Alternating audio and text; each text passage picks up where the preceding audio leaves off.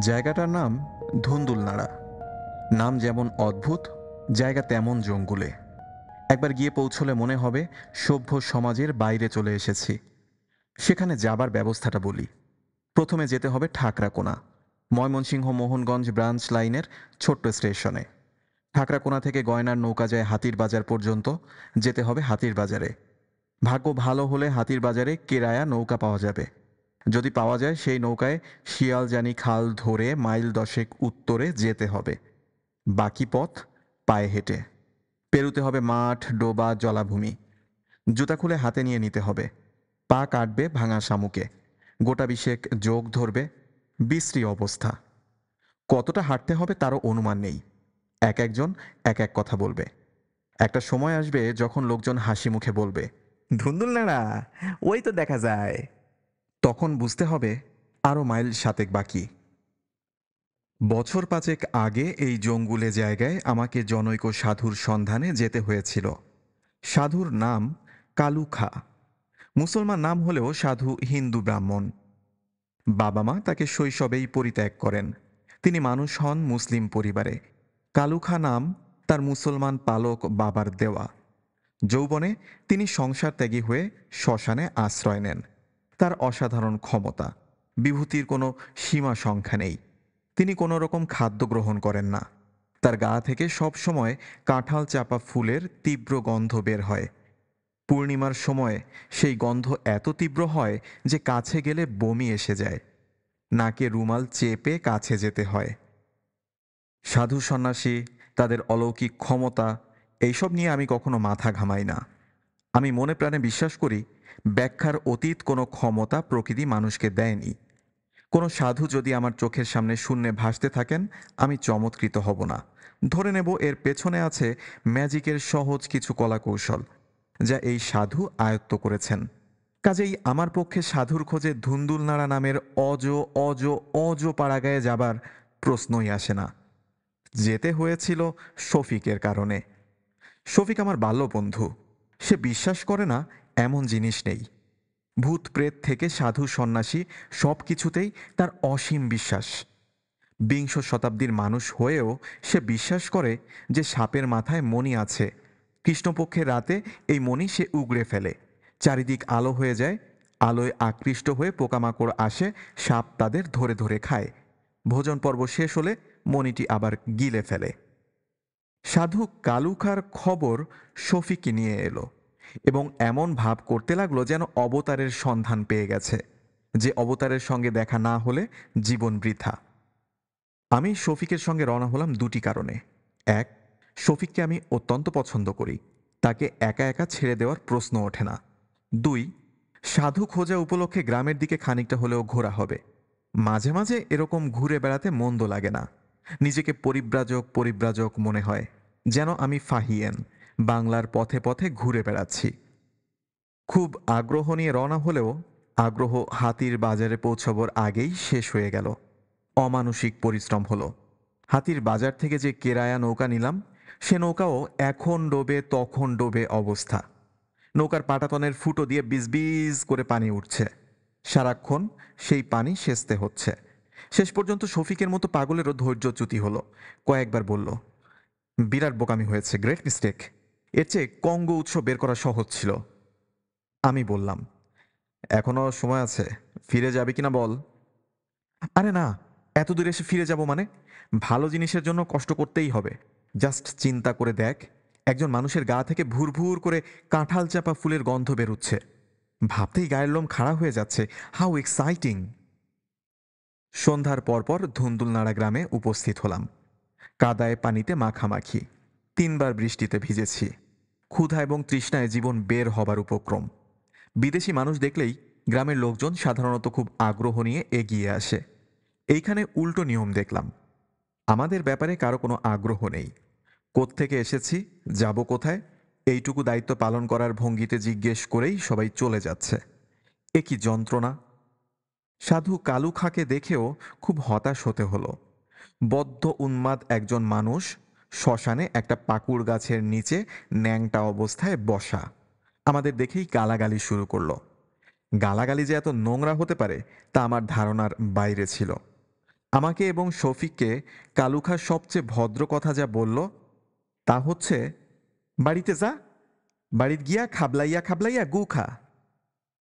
আমি হতভম্ব। বেটা বলে কি? শফিকের দিকে তাকালাম। সে ভাব গদগদ স্বরে বলল, লোকটার ভিতরে জিনিস আছে বলে মনে হচ্ছে। আমি বললাম, কি করে বুঝলি? আমাদের গু খেতে বলেছে এই জন্য? আরে না, সে আমাদের এড়াতে চাচ্ছে। মানুষের সংসর্গ পছন্দ নয়। মানুষের হাত থেকে উদ্ধার পাওয়ার এটা একটা সহজ টেকনিক। লোকটি যে বদ্ধ উন্মাদ তা তোর মনে হচ্ছে না? তাও মনে হচ্ছে, তবে একটা প্রবাবিলিটি আছে যে সে উন্মাদ না। গ্রামের কয়েকজন বয়স্ক মানুষ আমাদের সঙ্গে আছেন। সাধুর প্রতি তাদের ভক্তি শ্রদ্ধাও শফিকের মতোই। তাদের একজন বললেন, বাবার মাথা এখন একটু গরম। আমি বিরক্ত গলায় বললাম, মাথা ঠান্ডা হবে কখন? ঠিক নাই, চাঁদের সঙ্গে যোগাযোগ। চাঁদের সঙ্গে যোগাযোগ মানে? অমাবস্যা পূর্ণিমায় মাথা গরম থাকে। এই ব্যাপারেও মতভেদ দেখা গেল। একজন বলল, অমাবস্যা পূর্ণিমাতেই মাথাটা ঠান্ডা থাকে, অন্য সময় গরম। বাবার কাছে মাসের পর মাস পড়ে থাকতে হয়, অপেক্ষা করতে হয় কখন বাবার মাথা ঠান্ডা হবে। আমি বললাম, শফিক, বাবার গা থেকে ফুলের গন্ধ তো কিছু পাচ্ছি না। আমাদের যে দ্রব্য খেতে বলছিল তার গন্ধ পাচ্ছি। তুই কি পাচ্ছিস? শফিক জবাব দেবার আগেই আমাদের সঙ্গী মানুষদের একজন ভীত গলায় বলল, একটু দূরে যান, দূরে যান, বাবা এখন ঢিল মারবো। আইজ মনে হইতাছে বাবার মিজাজ বেশি খারাপ। কথা শেষ হবার আগেই ঢিল বৃষ্টি শুরু হলো। দৌড়ে নিরাপদ দূরত্বে চলে গেলাম। বাবার কাণ্ড কারখানায় শফিকের অবশ্যই মোহভঙ্গ হলো না। সে বেশ উৎসাহের সঙ্গেই বলল, 2টা দিন থেকে দেখি, এত দূর থেকে আসা, ভালো মতো পরীক্ষা না করে চলে যাওয়াটা ঠিক হবে না। আর কি পরীক্ষা করবি? মানে উনার মাথা যখন ঠান্ডা হবে তখন 2-1টা কথা টথা জিজ্ঞাসা করলে। আমি হাল ছেড়ে দেওয়া গলায় বললাম, থাকবি কোথায়?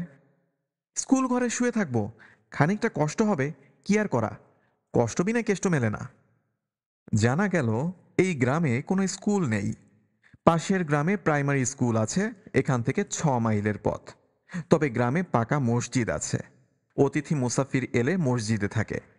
মসজিদের পাশেই ইমাম সাহেব আছেন। তিনি অতিথিদের খোঁজ খবর করেন, প্রয়োজনে খাওয়া দাওয়ার ব্যবস্থা করেন।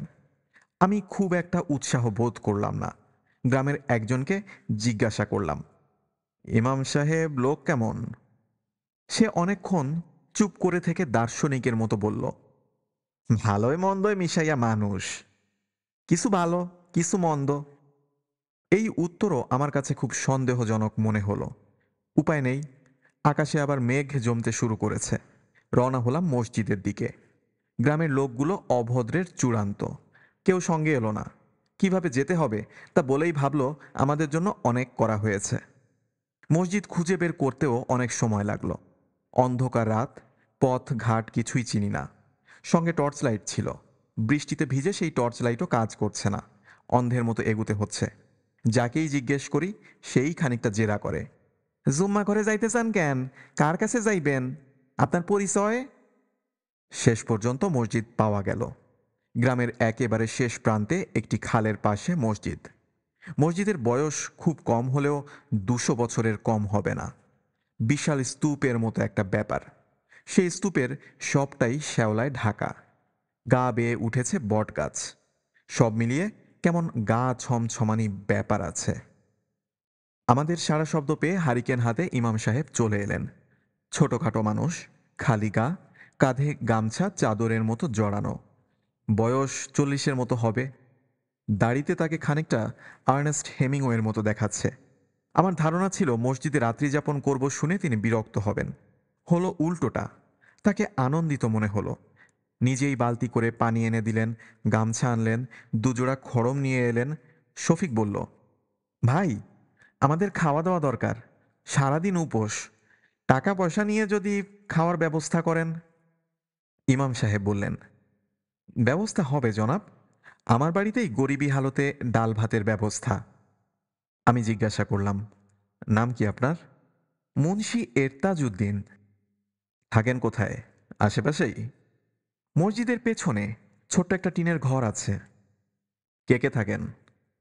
আমার স্ত্রী, আর কেউ না। ছেলে মেয়ে নাই জনাব। আল্লাহ পাক সন্তান দিয়েছিলেন, তাদের হায়াত দেন নাই। হায়াত মৌত সবই আল্লাহ পাকের হাতে। আপনারা হাত মুখ ধুয়ে বিশ্রাম করেন, আমি আসতেছি।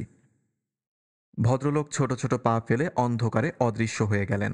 শফিক বলল, ইমাম সাহেবকে নিতান্ত ভদ্রলোক বলে মনে হচ্ছে। My dear type. মনে হচ্ছে আমাদের দেখে খুশি হয়েছেন।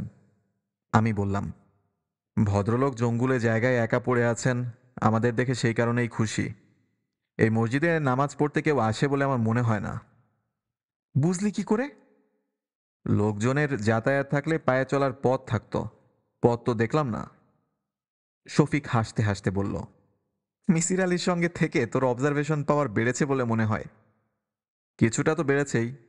ইমাম সাহেব আমাদের বসিয়ে রেখে যে চলে গেলেন, কি নিয়ে ফিরবেন জানিস? কি নিয়ে? দু হাতে দুটা কাটা ডাব নিয়ে। এই তোর অনুমান? আমি হাসি মুখে বললাম, মিসির আলি থাকলে এই অনুমানই করতেন। অনুমানের ভিত্তি হচ্ছে গ্রামে প্রচুর ডাব গাছ, অতিথিদের ডাব দেওয়া সনাতন রীতি। লজিক তো ভালোই মনে হচ্ছে। আমার লজিক ভুল করে মুন্সি এরতাজউদ্দিন ট্রে হাতে উপস্থিত হলেন। ট্রেতে 2 কাপ চা, এক বাটি তেল মরিচ মাখা মুড়ি। এই অতি পাড়াগা জায়গায় অভাবনীয় ব্যাপার তো বটেই।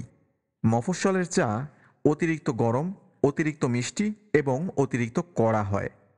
তবু চা হচ্ছে চা। 24 ঘন্টা পর প্রথম চায়ে চুমুক দিলাম। মনটা ভালো হয়ে গেল। চমৎকার চা। বিস্মিত হয়ে বললাম, চা কে বানিয়েছে, আপনার স্ত্রী? ইমাম সাহেব লাজুক মুখে বললেন, জি, তার চায়ের অভ্যাস আছে। শহরের মেয়ে। আমার শ্বশুর সাহেব হচ্ছেন নেত্রকোনার বিশিষ্ট মোক্তার, মমতাজ উদ্দিন। নাম শুনেছেন বোধহয়।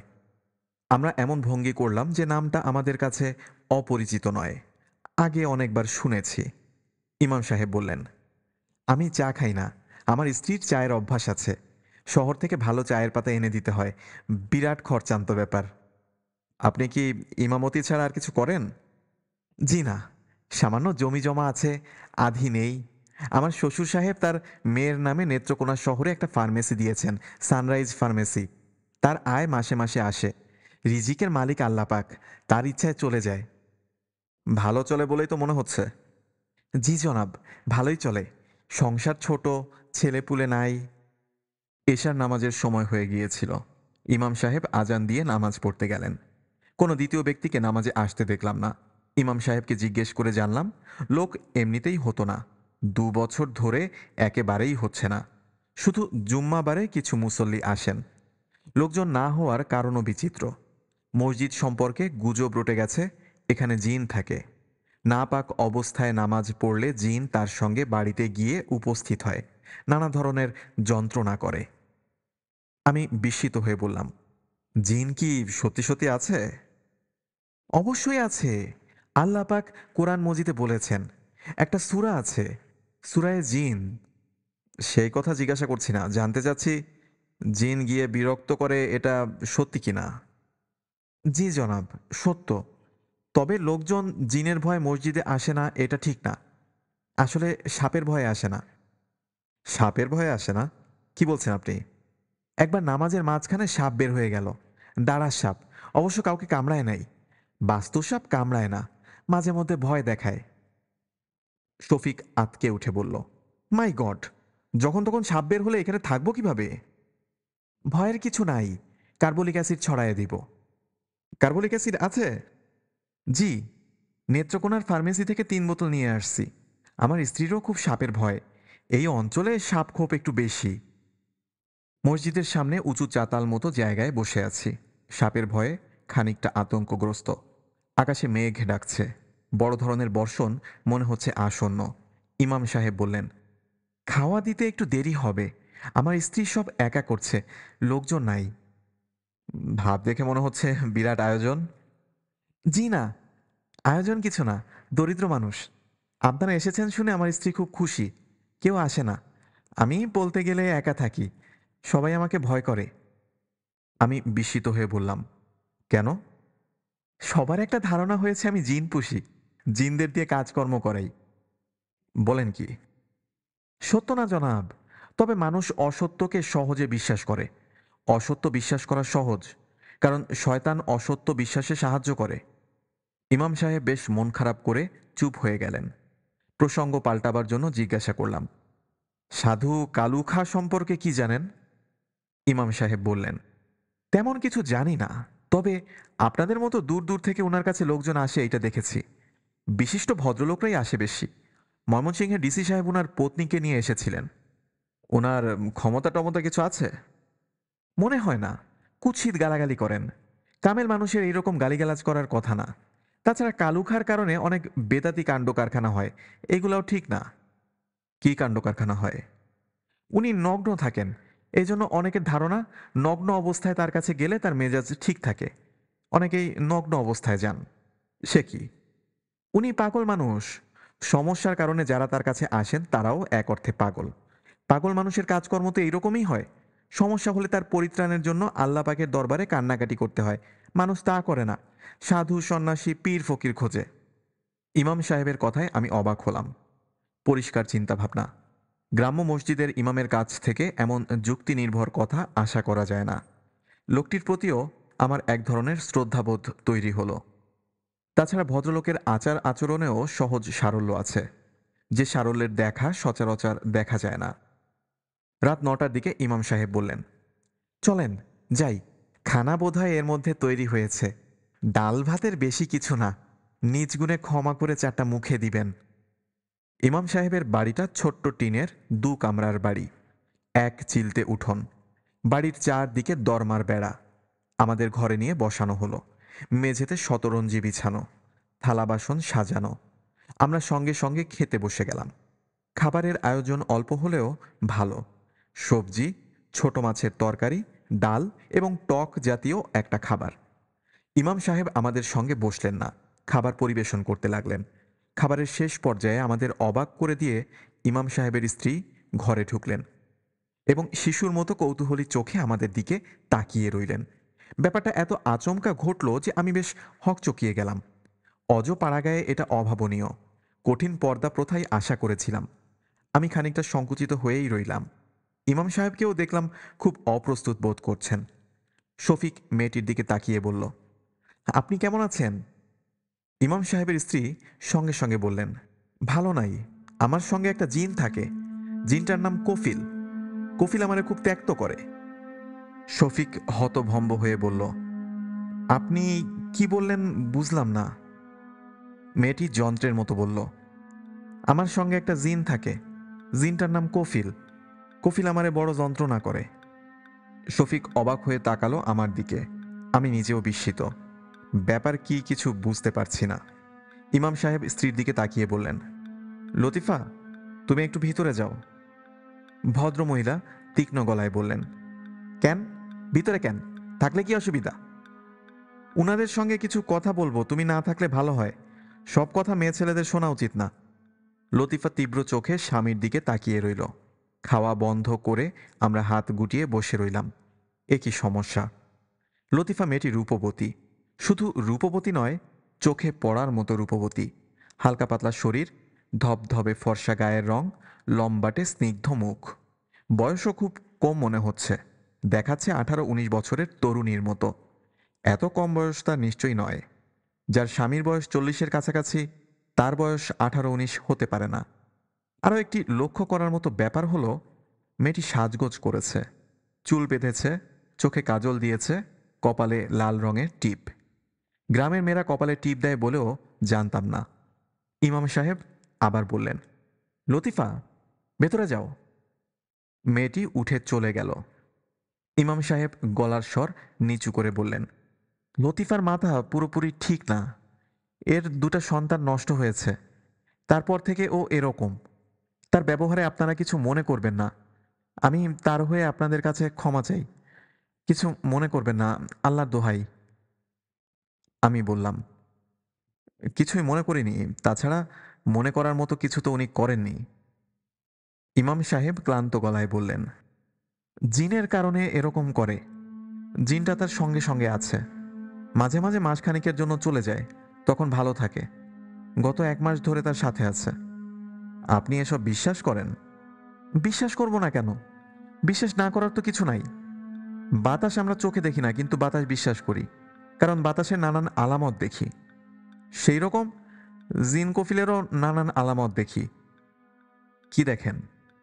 জিন যখন সঙ্গে থাকে তখন লতিফা খুব সাজগোজ করে, কথায় কথায় হাসে, কথায় কথায় কাঁদে। জিন তাড়ানোর ব্যবস্থা করেননি? করেছি, লাভ হয় নাই। কফিল খুব শক্ত জিন, দীর্ঘদিন লতিফার সঙ্গে আছে।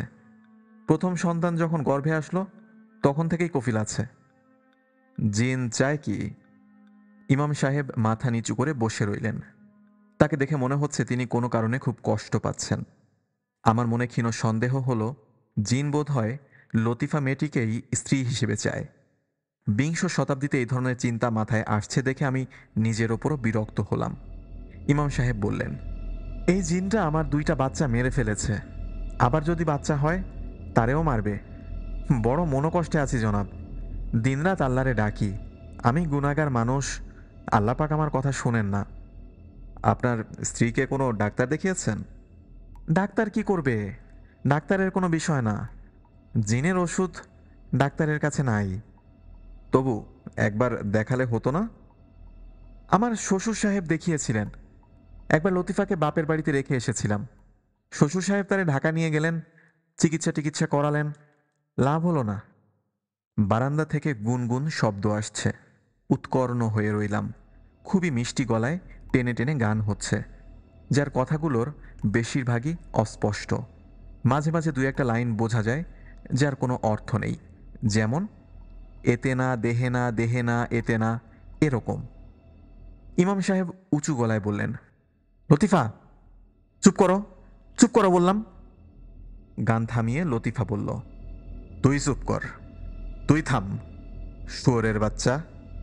অবিকল পুরুষের ভারী গলা, আমার গা কাঁটা দিয়ে উঠল। সেই পুরুষ কণ্ঠ থমথমে স্বরে বলল, চুপ কইরা থাকবি, একটা কথা কইলে টান দিয়ে মাথা আলগা করুম। শৈল থাকবো এখানে, মাথা আরেকখানে। শুয়োরের বাচ্চা আমারে চুপ করতে কয়।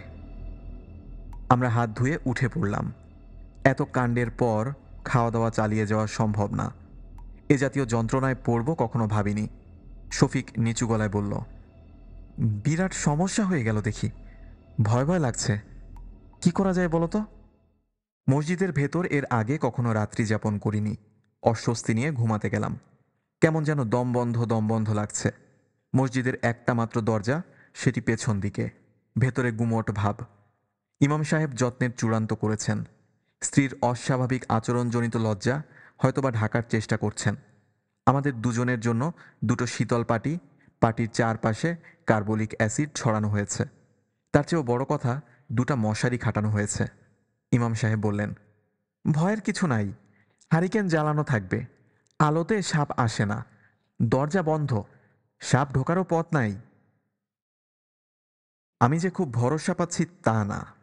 চৌকি এনে ঘুমোতে পারলে ভালো হতো। মসজিদের ভেতর চৌকি পেতে শোয়া ভাবাই যায় না। শফিকের হচ্ছে ইচ্ছা ঘুম। শোয়া মাত্র নাক ডাকতে শুরু করেছে। বাইরে ঝিরঝির করে বৃষ্টি হচ্ছে, ঠান্ডা হাওয়া দিচ্ছে। মসজিদের ভেতর আগরবাতির গন্ধ, যে গন্ধ সব সময় মৃত্যুকে মনে করিয়ে দেয়। সব মিলিয়ে গা ছমছমানো ব্যাপার। আমি ইমাম সাহেবকে বললাম, আপনি চলে যান, আপনি এখানে বসে আছেন কেন? আপনার স্ত্রী একা, তার শরীরও ভালো না। ইমাম সাহেব বললেন, আমি মসজিদেই থাকব, এবাদত বন্দেগী করব, ফজরের নামাজ শেষ করে বাসায় গিয়ে ঘুমোবো। কেন? লতিফা এখন আমাকে দেখলে উন্মাদের মতো হয়ে যাবে, মেঝেতে মাথা ঠুকবে। কেন?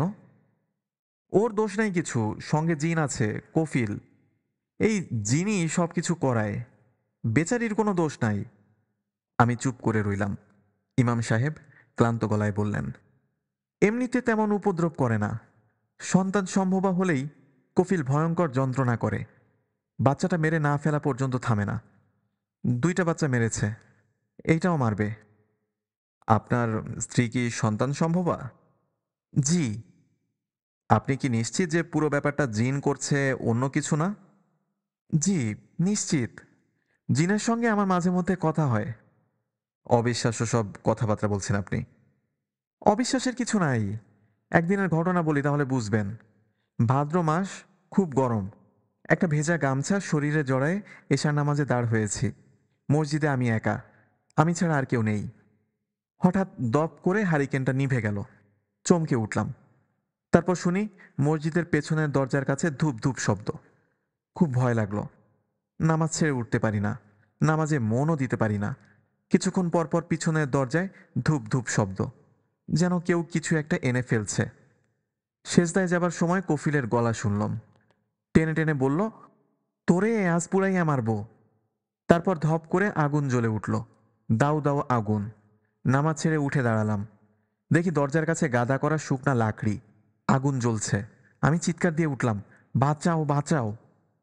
আমার চিৎকার শুনে লতিফা পানির বালতি হাতে ছুটে আসলো। পানি দিয়ে আগুন নিভায় আমার মসজিদ থেকে টেনে বার করলো। আমার স্ত্রীর কারণে সেই যাত্রা বেঁচে গেলাম।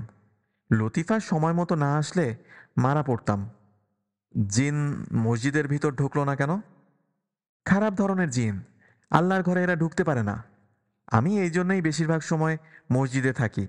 মসজিদে আমি নিশ্চিন্ত হয়ে ঘুমাতে পারি, ঘরে পারি না। কফিল আপনাকে খুন করতে চায়? তাও ঠিক না। একবারই চেয়েছিল, তারপর আর চায় নাই। খুন করতে চেয়েছিল কেন? ইমাম সাহেব চুপ করে রইলেন। আমি বললাম, আপনার যদি আপত্তি না থাকে পুরো ঘটনাটা বলুন।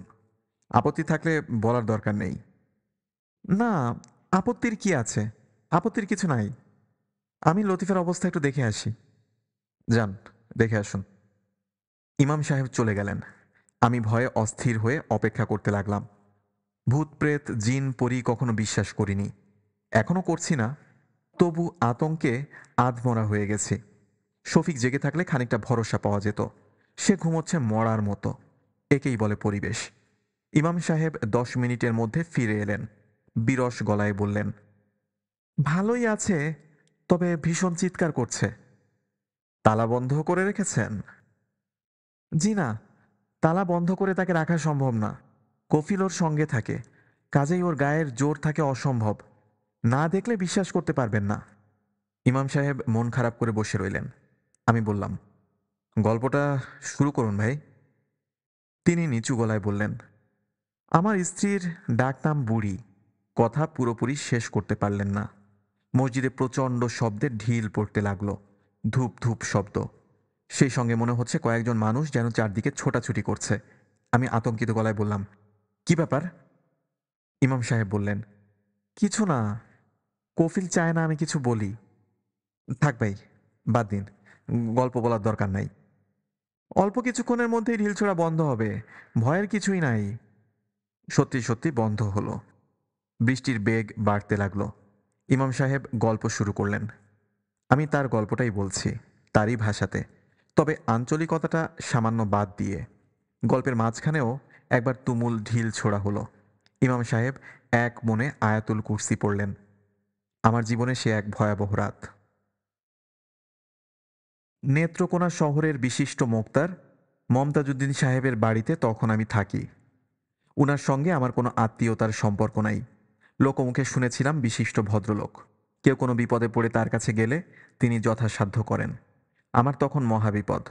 একবেলা খাই তো একবেলা উপোস দেই। সাহসে ভর করে তার কাছে গেলাম চাকরির জন্য। উনি বললেন, চাকরি যে দিব, পড়াশোনা কি জানো? আমি বললাম, উলা পাস করেছি। উনি বিরক্ত হয়ে বললেন, মাদ্রাসা পাশ করা লোক, তোমারে আমি কি চাকরি দিব? আইএ বিএ পাশ থাকলে একটা কথা ছিল, চেষ্টা চরিত্র করে দেখতাম। আমি চুপ করে রইলাম। মনটা খুব খারাপ হয়ে গেল। বড় আশা ছিল কিছু হবে। একটা পয়সার সঙ্গে নাই। উপোস দিচ্ছি। রাত্রে নেত্রকোনা স্টেশনে ঘুমাই। মমতাজ সাহেব বললেন, তোমাকে চাকরি দেওয়া সম্ভব না। নাও, এই 20টা টাকা রাখো। অন্য কারো কাছে যাও। মসজিদে খোঁজ টোজ নাও, ইমামতি পাও কিনা দেখো। আমি টাকাটা নিলাম। তারপর বললাম, ভিক্ষা নেওয়া আমার পক্ষে সম্ভব না। যদি ঘরের কোনো কাজকর্ম থাকে বলেন, করে দেই। তিনি অবাক হয়ে বললেন, কি কাজ করতে চাও? যা বলবেন করব। বাগানের ঘাসগুলো তুলে দেই। আচ্ছা, দাও। আমি বাগান পরিষ্কার করে দিলাম। গাছগুলোতে পানি দিলাম। দু এক জায়গায় মাটি কুপিয়ে দিলাম। সন্ধ্যাবেলা কাজ শেষ করে বললাম, জনাব, যাই। আপনার অনেক মেহেরবানি। আল্লাহ পাকের দরবারে আমি আপনার জন্য দোয়া করি। মমতাজ সাহেব বললেন, এখন যাবে কোথায়? স্টেশনে। রাত্রে নেত্রকোনা স্টেশনে আমি ঘুমাই। এক কাজ করো, রাতটা এখানেই থাকো, তারপর দেখি। আমি থেকে গেলাম। 1 দিন, 2 দিন, 3 দিন চলে গেল। উনি কিছু বললেন না, আমিও কিছু বলি না। বাংলা ঘরের এক কোনায় থাকি, বাগান দেখাশোনা করি, চাকরির সন্ধান করি। ছোট শহর, আমার কোনো চিন পরিচয়ও নাই। কে দিবে চাকরি? ঘোরাঘুরি সার হয়। মুক্তা সাহেবের সঙ্গে মাঝে মধ্যে দেখা হয়। আমি বড়ই শর্মিন্দা বোধ করি। উনিও এমন ভাব করেন যেন আমাকে চেনেন না। মাসখানেক এইভাবে চলে গেল। আমি মোটামুটি তাদের পরিবারের একজন হয়ে গেলাম। মোক্তার সাহেবের স্ত্রীকে মা ডাকি। ভেতরের বাড়িতে খেতে যাই। তাদের কোনো একটা উপকার করার সুযোগ পেলে প্রাণপণে করার চেষ্টা করি। বাজার করে দেই, কল থেকে পানি তুলে দেই। মোক্তার সাহেবের 3 মেয়ে। বড় মেয়ে বিধবা হয়ে বাবার সঙ্গে আছে। তার 2 বাচ্চাকে আমি আমপাড়া পড়াই, বাজার সদাই করে দেই। টিপকল থেকে রোজ 6-7 বালতি পানি তুলে দেই। মোক্তা সাহেবের কাছে যখন মক্কেলরা আসে তখন তিনি ঘন ঘন তামাক খান। সেই তামাকও আমি সেজে দেই। চাকর বাকরের কাজ আমি আনন্দের সঙ্গেই করি। মাঝে মাঝে মনটা খুবই খারাপ হয়। দরজা বন্ধ করে এক মনে কোরআন শরীফ পড়ি। আল্লাহ পাকরে ডেকে বলি, হে আল্লাহ, আমার একটা উপায় করে দাও। কতদিন আর মানুষের বাড়িতে অন্নদাস হয়ে থাকব? আল্লাহ পাক মুখ তুলে তাকালেন। সিদ্দিকুর রহমান সাহেব বলে এক ব্যবসায়ী বলতে গেলে সেধে আমাকে চাকরি দিয়ে দিলেন। চালের আড়তে হিসাবপত্র রাখা, মাসিক বেতন 500 টাকা। মোক্তা সাহেবকে সালাম করে খবরটা দিলাম। উনি খুবই খুশি হলেন। বললেন, তোমাকে অনেকদিন ধরে দেখতেছি, তুমি সৎ স্বভাবের মানুষ, ঠিকমতো কাজ করো, তোমার আয় উন্নতি হবে। আর রাতে তুমি আমার বাড়িতেই থাকো, তোমার কোনো অসুবিধা নেই। খাওয়া দাওয়াও এখানেই করবে, তোমাকে আমি ঘরের ছেলের মতোই দেখি। আনন্দে মনটা ভরে গেল, চোখে পানি এসে গেল। আমি মোক্তার সাহেবের কথা মতো তার বাড়িতেই থাকতে লাগলাম। ইচ্ছা করলে চালের আড়তে থাকতে পারতাম, মন টানল না। তাছাড়া মোক্তার সাহেবের বাগানটা নিজের হাতে তৈরি করেছি। দিনের মধ্যে কিছুটা সময় বাগানে না থাকলে খুব অস্থির লাগে। 1 মাস চাকরির পর প্রথম বেতন পেলাম। 500 টাকার বদলে সিদ্দিকুর রহমান সাহেব 600 টাকা দিয়ে বললেন, তোমার কাজকর্ম ভালো, এইভাবে কাজকর্ম করলে বেতন আরও বাড়িয়ে দেব। আমার মনে বড় আনন্দ হলো। আমি তখন একটা কাজ করলাম, পাগলামিও বলতে পারেন। বেতনের সব টাকা খরচ করে মোক্তার সাহেবের স্ত্রী এবং তার 3 মেয়ের জন্য 3টা শাড়ি কিনে ফেললাম। টাঙ্গাইলের সুতি শাড়ি। মোক্তার সাহেবের জন্য একটি খদ্দরের চাদর। মোক্তার সাহেবের স্ত্রী বললেন, তোমার কি মাথাটা খারাপ? এটা তুমি কি করলা?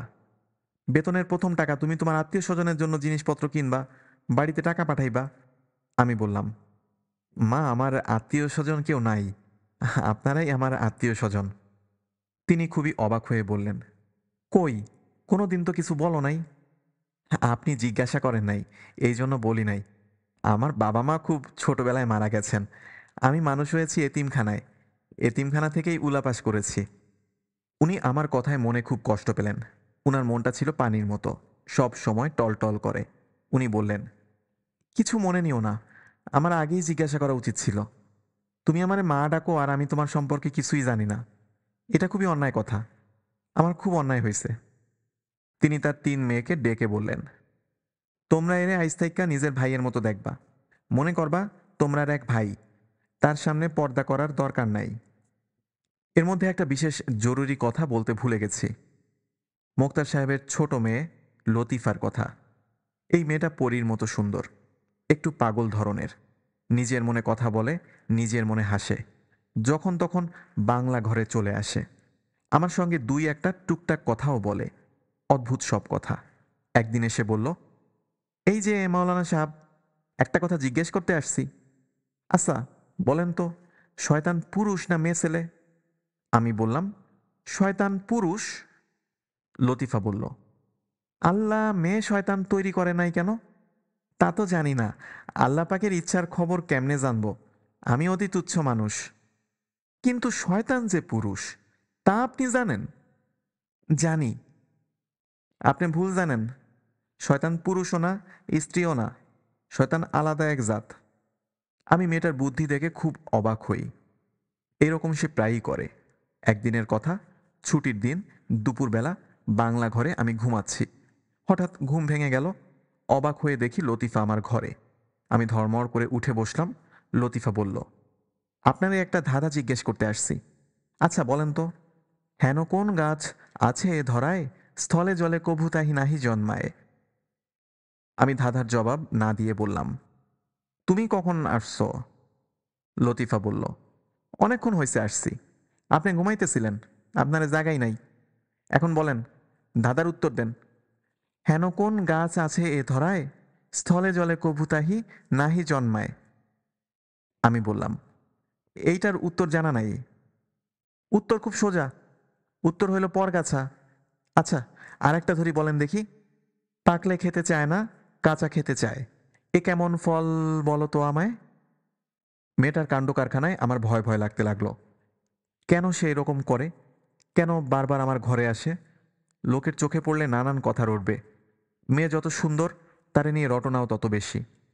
লতিফা আমার বিছানায় বসতে বসতে বলল, কই, বলেন এটার উত্তর কি? পাকলে খেতে চায় না, কাঁচা খেতে চায়, এ কেমন ফল বলো তো আমায়? বলতে পারলেন না? এটা হলো শশা। পাকা শশা কেউ খায় না, সবাই কাঁচা শশা চায়। আচ্ছা, আপনার বুদ্ধি এত কম কেন? একটাও পারেন না? আপনি একটা ধাঁধা ধরেন, আমি সঙ্গে সঙ্গে বলে দেব। আমি ধাঁধা জানি না লতিফা। আপনি কি জানেন? শুধু আল্লাহ আল্লাহ করতে জানেন, আর কিছু জানেন? লতিফা, তুমি এখন ঘরে যাও। ঘরেই তো আছি। এটা ঘর না, এটা কি বাহির? যখন তখন তুমি আমার ঘরে আসো, এটা ঠিক না। ঠিক না কেন? আপনি কি বাঘ না ভাল্লুক? আমি চুপ করে রইলাম। আধা পাগল এই মেয়েকে আমি কি বলবো? এই মেয়ে একদিন নিজে বিপদে পড়বে, আমাকেও বিপদে ফেলবে। লতিফা বলল, আমি যে মাঝে মধ্যে আপনার এখানে আসি, সেটা আপনার ভালো লাগে না, ঠিক না? হ্যাঁ, ঠিক। ভালো লাগে না কেন? নানান জনে নানান কথা বলতে পারে। কি কথা বলতে পারে? আপনার সঙ্গে আমার ভালোবাসা হয়ে গেছে? চুপ করে আছেন কেন? বলেন। তুমি এখন যাও লতিফা। আচ্ছা, যাই। কিন্তু আমি আবার আসব, রাত দুপুরে আসব। তখন দেখবেন কি বিপদ। কেন এরকম করতেছ লতিফা? লতিফা উঠে দাঁড়াতে দাঁড়াতে বলল, যে ভয় পায় তাকে ভয় দেখাতে আমার ভালো লাগে, এই জন্য এরকম করি। আচ্ছা মৌলানা সাহেব, যাই। আসসালামু আলাইকুম রহমতুল্লাহি বারাকাতুহু। ভাই, আপনার কাছে সত্য কথা গোপন করব না।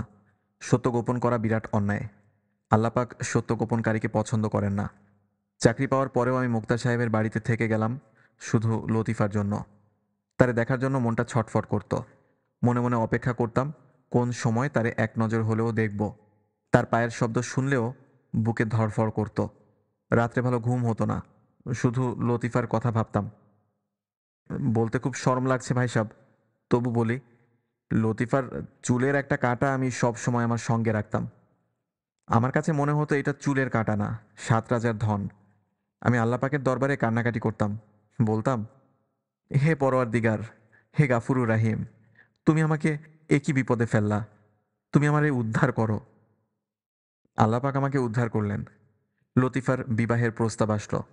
ছেলে এমবিবিএস ডাক্তার, বাড়ি গৌরীপুর, ভালো বংশ, খানদানি পরিবার। ছেলে নিজে এসে মেয়ে দেখে গেল। মেয়ে তার খুব পছন্দ হলো। পছন্দ না হওয়ার কোনো কারণ নেই। লতিফার মতো রূপবতী মেয়ে সচরাচর দেখা যায় না। ছেলেও দেখতে শুনতে ভালো, শুধু গায়ের রংটা একটু ময়লা। কথাবার্তায়ও ছেলে অতি ভদ্র। বিয়ে ঠিকঠাক হয়ে গেল। 12ই শ্রাবণ, শুক্রবার দিবাগত রাত্রে বিবাহ পড়ানো হবে। আমার মনটা বড়ই খারাপ হয়ে গেল। আমি জানি এই মেয়ের সঙ্গে আমার বিবাহের কোনো প্রশ্নই ওঠে না। কোথায় সে আর কোথায় আমি? চাকর শ্রেণীর আশ্রিত একজন মানুষ আমি। জমি জমা নাই, আত্মীয় স্বজন নাই, সহায় সম্বল নাই। তার জন্য আমি কোনোদিন আফসোস করি নাই। আল্লাপাক যাকে যা দেন তাই নিয়েই সন্তুষ্ট থাকতে হয়, আমিও ছিলাম। কিন্তু যেদিন লতিফার বিয়ের কথা পাকাপাকি হয়ে গেল, সেদিন কি যে কষ্ট লাগলো বলে আপনাকে বুঝাতে পারবো না। সারা রাত শহরের পথে পথে ঘুরলাম। জীবনে কোনোদিন নামাজ কাজা করি নাই। এই প্রথম এশার নামাজ কাজা করলাম, ফজরের নামাজ কাজা করলাম। এতদিন পরে বলতে লজ্জা লাগছে, আমার প্রায় মাথা খারাপের মতো হয়ে গিয়েছিল। ভোরবেলা মুক্তার সাহেবের বাসায় গেলাম। সবার কাছ থেকে বিদায় নিলাম। এখানে আর থাকবো না, বাজারে চালের আড়তে থাকবো। মুক্তার সাহেবের স্ত্রী বললেন, এখন যাবে কেন বাবা? মেয়ের বিয়ে ঠিক হয়ে গেছে, আর কত কাজকর্ম।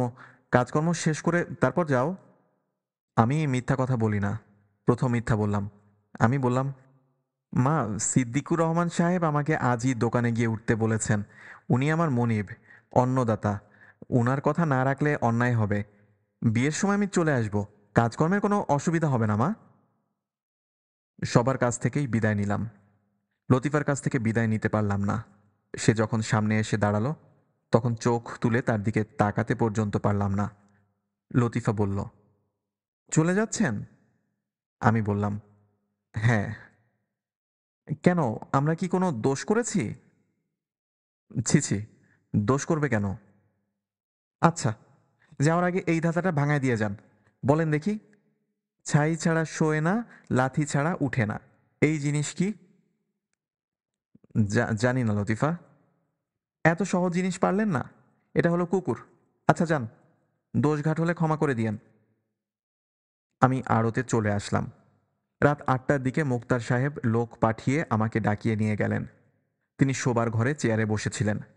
আমাকে সেইখানে নিয়ে যাওয়া হলো। আমি খুবই অবাক হলাম, একটু ভয় ভয়ও করতে লাগলো। তাকিয়ে দেখি মোক্তার সাহেবের স্ত্রী খাটে বসে আছেন, নিঃশব্দে কাঁদছেন। আমি কিছুই বুঝলাম না। বুক ধড়ফড় করতে লাগলো, না জানি কি হয়েছে। মুক্তার সাহেব বললেন, তোমাকে আমি পুত্রের মতো স্নেহ করেছি, তার বদলে তুমি এই করলে? দুধ দিয়ে কালসাপ পোষার কথা শুধু শুনেছি, আজ নিজের চোখে দেখলাম। আমি মুক্তার সাহেবের স্ত্রীর দিকে তাকিয়ে বললাম, মা, আমি কিছুই বুঝতেছি না। মুক্তার সাহেব চাপা স্বরে বললেন, বোকা সাজার দরকার নাই। বোকা সাজবা না। তুমি যা করছো তা তুমি ভালোই জানো। তুমি পথের কুকুরেরও অধম। আমি বললাম, আমার কি অপরাধ, দয়া করে বলেন। মোক্তার সাহেব রাগে কাঁপতে কাঁপতে বললেন, মেথরপট্টিতে যে শুয়োর থাকে, তুই তার চেয়েও অধম। তুই নর্দমার ময়লা। বলতে বলতে তিনিও কেঁদে ফেললেন। মোক্তার সাহেবের স্ত্রী বললেন, লতিফা সবই আমাদের বলছে, কিছুই লুকায় নাই। এখন এই অপমান, এই লজ্জার হাত থেকে বাঁচার একমাত্র উপায় লতিফার সঙ্গে তোমার বিবাহ দেওয়া। তুমি তাতে রাজি আছো, না মেয়ের সর্বনাশ করে পালানোই তোমার ইচ্ছা? আমি বললাম, মা, আপনি কি বলছেন? আমি কিছুই বুঝতে পারছি না। লতিফা কি বলেছে আমি জানি না, তবে আপনারা যা বলবেন আমি তাই করব। আল্লাহ পাক উপরে আছেন, তিনি সব জানেন। আমি কোনো অন্যায় করি নাই, মা। মুক্তার সাহেব চিৎকার করে বললেন, চুপ থাক শুয়োরের বাচ্চা, চুপ থাক। সেই রাতেই কাজী ডাকিয়ে বিয়ে পড়ানো হলো। বাসরাতে লতিফা বলল, আমি একটা অন্যায় করেছি। আপনার সাথে যেন বিবাহ হয়, এই জন্য বাবা মাকে মিথ্যা করে বলেছি আমার পেটে সন্তান আছে। বিরাট অপরাধ করেছি, আপনার কাছে ক্ষমা চাই। আমি বললাম, লতিফা, আমি তোমার অপরাধ ক্ষমা করলাম। তুমি আল্লাহ পাকের কাছে ক্ষমা চাও। আপনি ক্ষমা করলেই আল্লাহ পাক ক্ষমা করবেন। তাছাড়া আমি তেমন বড় অপরাধ তো করি নাই, সামান্য মিথ্যা বলেছি। আপনাকে বিবাহ করার জন্য অনেক বড় অপরাধ করার জন্যও আমি তৈরি ছিলাম। আচ্ছা, এখন বলেন, এই ধাঁধাটির মানে কি? আমার একটা পাখি আছে, যা দেই সে খায়, কিছুতেই মরে না পাখি, জলে মারা যায়। বুঝলেন ভাই সাহেব? আনন্দে আমার চোখে পানি এসে গেল। এই আনন্দের কোনো সীমা নাই। আমার মতো নাদান মানুষের জন্য আল্লাপাক এত আনন্দ রেখে দিয়েছেন, আমি কল্পনাও করি নাই। আমি কতবার যে বললাম, আল্লাপাক, আমি তোমার নেয়ামত স্বীকার করি, আমি তোমার নেয়ামত স্বীকার করি। বিয়ের পর আমি শ্বশুরবাড়িতেই থেকে গেলাম। আমার এবং লতিফার বড় দুঃখের সময় কাটতে লাগলো। শ্বশুরবাড়ির কেউ আমাদের দেখতে পারে না, খুবই খারাপ ব্যবহার করে। আমার শাশুড়ি দিনরাত লতিফাকে অভিশাপ দেন, মর মর, তুই মর। আমার শ্বশুর সাহেব একদিন আমাকে ডেকে বললেন, সকালবেলা তুমি আমার সামনে আসবা না। সকালবেলা তোমার মুখ দেখলে আমার দিন খারাপ যায়। শ্বশুরবাড়ির কেউ আমার সঙ্গে কথা বলে না। তারা একসঙ্গে খেতে বসে, সেখানে আমার যাওয়া নিষেধ। সবার খাওয়া দাওয়া শেষ হলে লতিফা থালায় করে আমার জন্য ভাত নিয়ে আসে। সেই ভাত আমার গলা দিয়ে নামতে চায় না। লতিফা রোজ বলে, চলো অন্য কোথাও যাই গিয়া। আমি চুপ করে থাকি। কই যাব বলেন? আমার কি যাওয়ার জায়গা আছে? যাওয়ার কোনো জায়গা নাই। লতিফা খুব কান্নাকাটি করে। একদিন খুব অপমানের মধ্যে পড়লাম। আমার শ্বশুর সাহেবের পাঞ্জাবির পকেট থেকে ১,০০০ টাকা চুরি গেছে। তিনি আমাকে ডেকে নিয়ে বললেন, এই যে দাড়িওয়ালা, তুমি কি আমার টাকা নিয়েছ? আমার চোখে পানি এসে গেল। এ কি অপমানের কথা! আমি দরিদ্র, আমার যাওয়ার জায়গা নাই, সবই সত্য। কিন্তু তাই বলে আমি কি চোর? ছি ছি। শ্বশুর সাহেব বললেন, কথা বলো না কেন? আমি বললাম, আমারে অপমান কইরেন না। যত ছোটই হই আমি আপনার কন্যার স্বামী। শ্বশুর সাহেব বললেন, চুপ কর, চোর আবার ধর্মের কথা বলে। লতিফা সেই দিন থেকে খাওয়া দাওয়া বন্ধ করে দিল। সে বলল, এই বাড়ির ভাত সে মুখে দেবে না। আমার শাশুড়ি বললেন, ঢং করিস না, এই বাড়ির ভাত ছাড়া তুই ভাত পাবি কোথায়? 2 দিন 2 রাত গেল লতিফা পানি ছাড়া কিছুই মুখে দেয় না। আমাকে বলে, তুমি আমারে অন্য কোথাও নিয়ে চলো, দরকার হইলে গাছতলায় নিয়ে চলো, এই বাড়ির ভাত আমি মুখে দেব না। আমি মহা বিপদে পড়লাম। সারা রাত আল্লাহরে ডাকলাম। ফজরের নামাজের শেষে আল্লাহ পাকের দরবারে হাত উঠায় বললাম, হে মাবুদ, হে পাক পরওয়ারদিগার, তুমি ছাড়া আমি আর কার কাছে যাব? আমার দুঃখের কথা কারে বলবো? কে আছে আমার? তুমি আমারে বিপদ থেকে বাঁচাও। আল্লাহ পাক আমার প্রার্থনা শুনলেন। ভোরবেলায় চালের আড়তে গিয়েছি। সিদ্দিকুর রহমান সাহেব আমারে ডেকে বললেন, এই যে মৌলানা, আমার একটা উপকার করতে পারবে? আমি বললাম, জি জনাব, বলেন। ময়মনসিংহ শহরে আমি নতুন বাড়ি করেছি। এখন থেকে ওই বাড়িতে থাকবো। সপ্তাহে সপ্তাহে এখানে আসবো। নেত্রকোনায় আমার যে বাড়ি আছে, তুমি কি সে বাড়িতে থাকতে পারবে? নেত্রকোনার বাড়ি আমি বিক্রি করতে চাই না। শুনলাম তুমি বিবাহ করেছ। তুমি এবং তোমার স্ত্রী দুজন মিলে থাকো। জনাব, আমি অবশ্যই থাকবো। তাহলে তুমি এক কাজ করো, আজকেই চলে আসো। একতলার কয়েকটা ঘর নিয়ে তুমি থাকো। দোতলার ঘর তালা বন্ধ থাকুক। জি, আচ্ছা। বাড়িটা শহর থেকে দূরে, তবে ভয়ের কিছু নেই। একজন দারোয়ান আছে, 24 ঘন্টা থাকবে। দারোয়ানের নাম বলরাম, ভালো লোক। জনাব, আমি আজকেই উঠব। সেদিন বিকেলেই সিদ্দিক সাহেবের বাড়িতে এসে উঠলাম। বিরাট বাড়ি। বাড়ির নাম সরজুবালা হাউস। হিন্দু বাড়ি ছিল। সিদ্দিক সাহেবের বাবা কিনে নিয়েছিলেন। 8 ইঞ্চি ইটের দেয়ালে বাড়ির চারদিক ঘেরা। দোতলা পাকা দালান। বিরাট বড় বড় বারান্দা। দেওয়ালের ভেতরে নানান জাতের গাছগাছরা। দিনের বেলায়ও অন্ধকার হয়ে থাকে। আমি লতিফাকে বললাম, বাড়ি পছন্দ হয়েছে লতিফা? লতিফা আনন্দে কেঁদে ফেলল। 2 দিন খাওয়া দাওয়া না করায় লতিফার শরীর নষ্ট হয়ে গিয়েছিল। চোখ ছোট ছোট, ঠোঁট কালচে, মুখ শুকিয়ে এতটুকু হয়ে গেছে। এই অবস্থাতেই সে রান্নাবান্না করলো। অতি সামান্য আয়োজন। ভাত, ডাল, পেঁপে ভাজা। খেতে অমৃতের মতো লাগলো ভাই সাহেব। খাওয়া দাওয়ার পর দুজনে হাত ধরাধরি করে বাগানে হাঁটলাম। হাসবেন না যেন ভাই সাহেব, তখন আমাদের বয়স ছিল অল্প, মন ছিল অন্যরকম। হাঁটতে হাঁটতে আমার মনে হলো, এই দুনিয়াতে আল্লাপাক আমার মতো সুখী মানুষ তৈরি করেন নাই। আনন্দে বারবার চোখে পানি এসে যাচ্ছিল ভাই সাহেব। ক্লান্ত হয়ে একসময় একটা লিচু গাছের নিচে আমরা বসলাম। লতিফা বলল, আমি যে মিথ্যা কথা বইলা আপনার বিয়ে করছি, এই জন্য কি আমার উপর রাগ করছেন? আমি বললাম, না লতিফা, আমার মতো সুখী মানুষ নাই। যদি সুখী হন তাহলে এই ধাঁধাটা পারেন কিনা দেখেন, বলেন দেখি। কাটলে বাঁচে, না কাটলে মরে, এমন সুন্দর ফল কোন গাছেতে ধরে? পারলাম না লতিফা। ভালো মতো চিন্তা করে বলেন, এটা পারা দরকার, খুব দরকার। কাটলে বাঁচে, না কাটলে মরে, এমন সুন্দর ফল কোন গাছেতে ধরে? পারবো না লতিফা, আমার বুদ্ধি কম। এইটা হইল সন্তানের নাড়ি কাটা। সন্তানের জন্মের পর নাড়ি কাটলে সন্তান বাঁচে, না কাটলে বাঁচে না। আচ্ছা, এই ধাঁধাটা আপনারে কেন জিজ্ঞেস করলাম বলেন তো? তুমি বলো, আমার বিচার বুদ্ধি খুবই কম। এইটা আপনারে বললাম কারণ আমার সন্তান হবে। লতিফা লজ্জায় 2 হাতে মুখ ঢেকে ফেলল। কি যে আনন্দ আমার হলো ভাই সাহেব, কি যে আনন্দ! সেই রাতে লতিফার জ্বর আসলো। বেশ ভালো জ্বর। আমি জ্বরের খবর রাখিনি। ঘুমোচ্ছি। লতিফা আমাকে ডেকে তুলল। বলল, আমার খুব ভয় লাগতেছে, একটু ওঠেন তো। আমি উঠলাম। ঘর অন্ধকার, কিছু দেখা যায় না। হারিকেন জ্বালিয়ে রেখে শুয়েছিলাম। বাতাসে নিভে গেছে। হারিকেন জ্বালালাম। তাকিয়ে দেখি লতিফার মুখ ভয়ে সাদা হয়ে গেছে। সে ফিসফিস করে বলল, ছাদের বারান্দায় কে যেন হাঁটে। আমি শোনার চেষ্টা করলাম, কিছু শুনলাম না। লতিফা বলল, আমি স্পষ্ট শুনেছি, একবার না, অনেকবার শুনেছি। জুতা পায়ে দিয়ে হাঁটে, জুতার শব্দ হয়, হাঁটার শব্দ হয়। বোধহয় দারোয়ান। না, দারোয়ান না, অন্য কেউ। কি করে বুঝলা অন্য কেউ? বললাম না, জুতার শব্দ। দারোয়ান কি জুতা পরে? তুমি থাকো, আমি খোঁজ নিয়ে আসি। না না, এইখানে একা থাকলে আমি মরে যাব।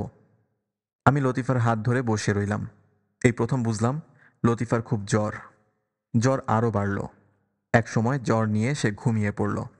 তখন আমি নিজেই শব্দটা শুনলাম। ঝনঝন শব্দ।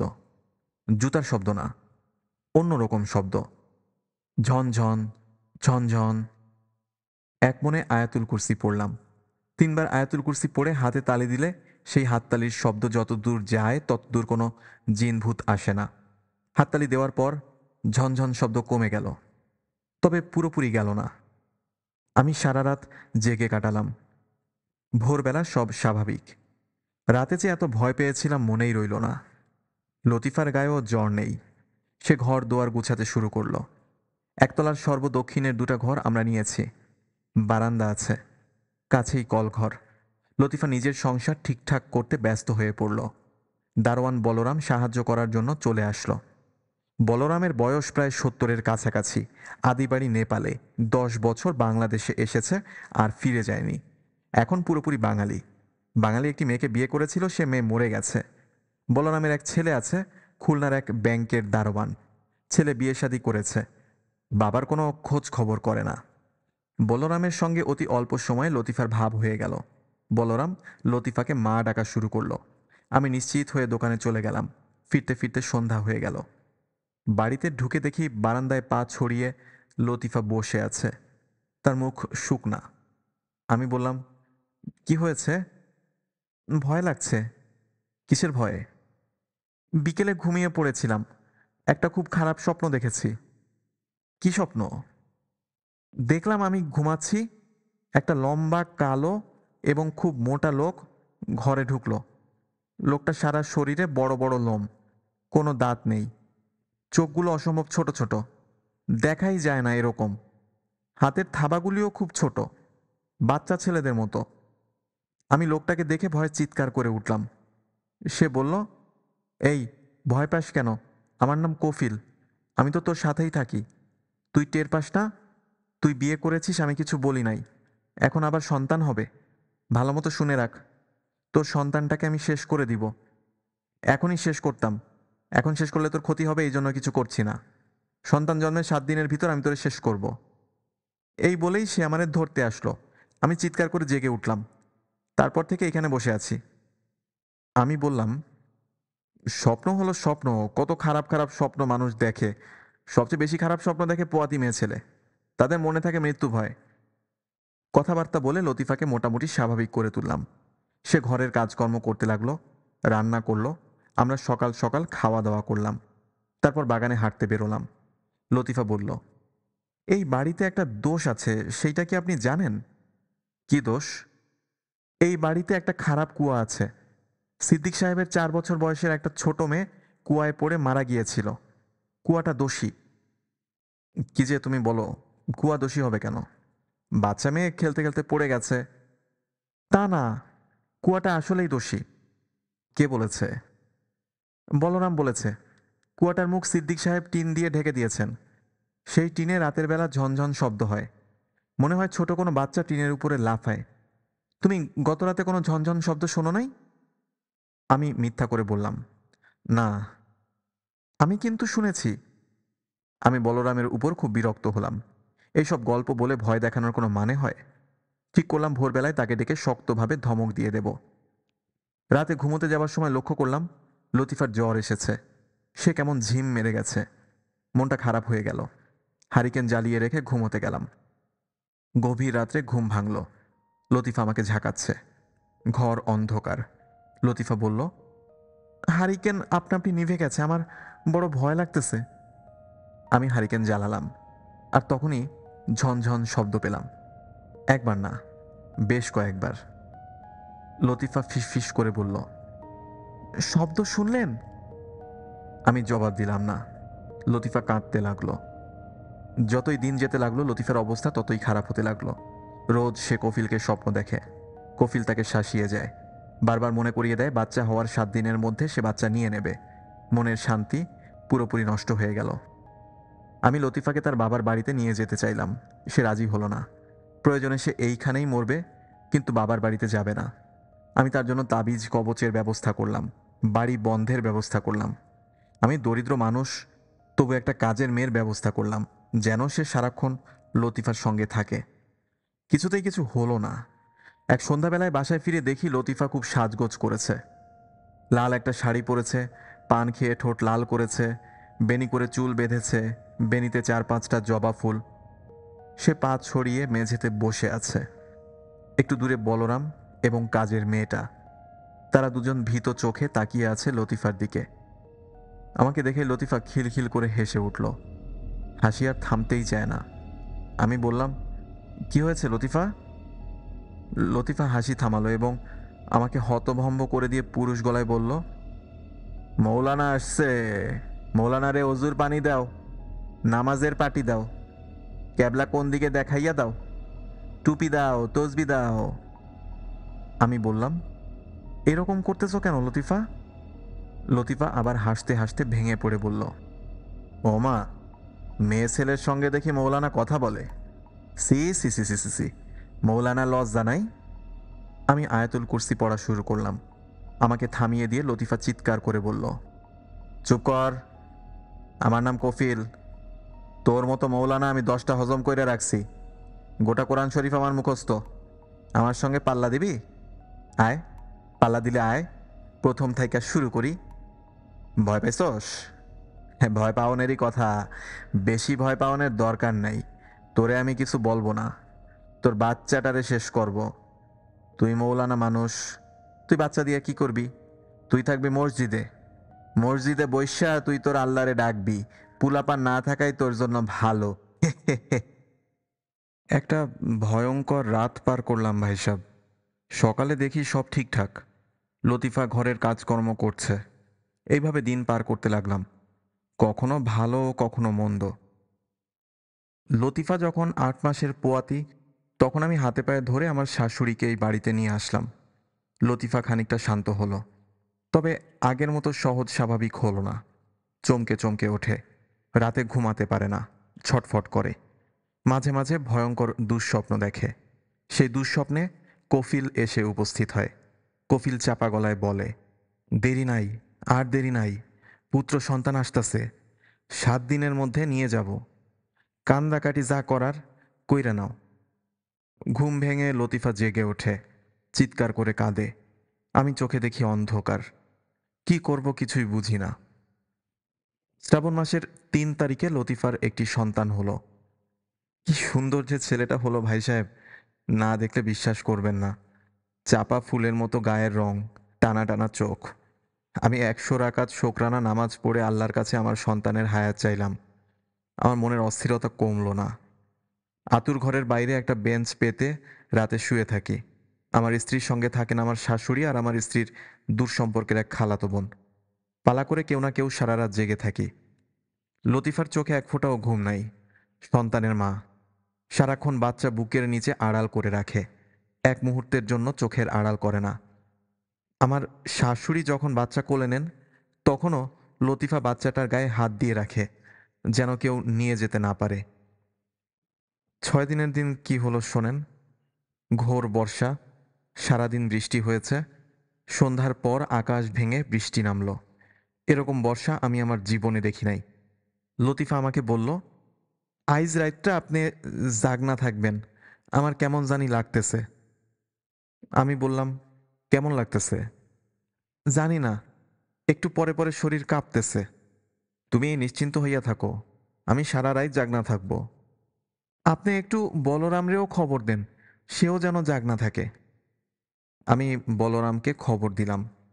লতিফা বাচ্চাটারে বুকের নিচে নিয়ে শুয়ে আছে।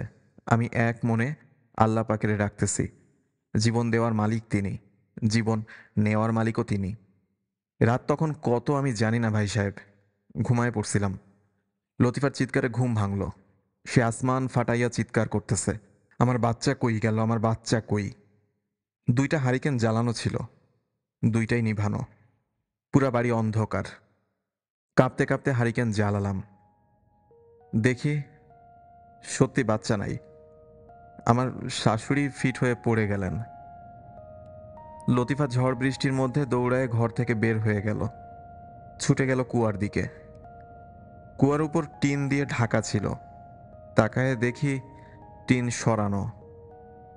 লতিফা চিৎকার করে বলছে, আমার বাচ্চারে কুয়ার ভিতর ফালাইয়া দিছে, আমার বাচ্চা কুয়ার ভিতরে। লতিফা লাফ দিয়ে কুয়াতে নামতে চাইল। আমি তাকে জড়ায় ধরলাম। ইমাম সাহেব চুপ করে গেলেন, কপালের ঘাম মুছলেন। আমি বললাম, বাচ্চাটা কি সত্যি কুয়াতে ছিল? জি। আর দ্বিতীয় বাচ্চা, সেও কি এইভাবে মারা যায়? জি না জনাব, আমার দ্বিতীয় সন্তান এই বাড়িতে জন্মগ্রহণ করে। সিদ্দিক সাহেবের ওই বাড়ি তাহলে আপনি ছেড়ে দেন? জি। তাতে অবশ্য লাভ হয় না, কফিলের যন্ত্রণা কমে না। দ্বিতীয় সন্তানটাকেও সে মারে, জন্মের 4 দিনের দিন। আমি আঁতকে উঠে বললাম, থাক ভাই, আমি শুনতে চাই না, গল্পগুলো আমি সহ্য করতে পারছি না। ইমাম সাহেব বললেন, আল্লাহ পাক আর একটা সন্তান দিতেছেন, কিন্তু এই সন্তানটাকেও বাঁচাতে পারবো না। মনটা বড়ই খারাপ ভাই সাহেব, বড়ই খারাপ। আমি কতবার চিৎকার করে বলেছি, কফিল তুমি আমারে মেরে ফেলো, আমার সন্তানরে মেরো না, এই সুন্দর দুনিয়া তারে দেখতে দাও। ইমাম সাহেব কাঁদতে লাগলেন। কিছুক্ষণের মধ্যেই ভোর হলো। ইমাম সাহেব ফজরের নামাজের প্রস্তুতি নিতে লাগলেন। সেই দিন ভোরেই আমি শফিককে নিয়ে ঢাকায় চলে এলাম। শফিকের আরও কিছুদিন থেকে কালুখা রহস্য ভেদ করে আসার ইচ্ছা ছিল, আমি তা হতে দিলাম না। ইমাম সাহেবের সঙ্গে আরও কিছু সময় থাকা আমার পক্ষে সম্ভব ছিল না। সাধারণত আমি আমার জীবনের ভয়ঙ্কর অভিজ্ঞতার গল্প মিসির আলির সঙ্গে দেখা হওয়া মাত্র বলি।